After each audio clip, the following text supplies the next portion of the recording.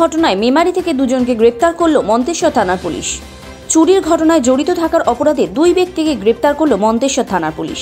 ধৃত গোলাম মুস্তাফা শেখ ও শেখ সাবির আলী মেমারির 2 নম্বর ব্লকের বারোয়ারি এলাকার বাসিন্দা।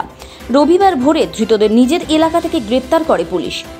থানা সূত্রে জানা গেছে, গত কয়েক মাস ধরে মালডাঙ্গা মন্তেশ্বর কুসুমগ্রাম এলাকায় টোটো ও মোটর ভ্যান চুরির ঘটনায় যুক্ত রয়েছেন সেই দুইজন।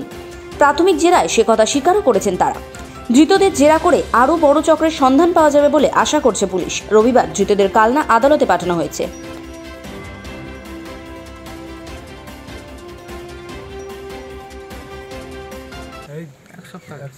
এই কাজে জড়িত তোমরা কদিন ধরে? মাস তিন চার। কটা টোটো এই পর্যন্ত নিয়েছো তোমরা? 5টা টোটো চুরি করেছো? চুরি করে না, মানে চোরাই মালের সঙ্গে কারবার, তো টোটোর চোরাই কারবার।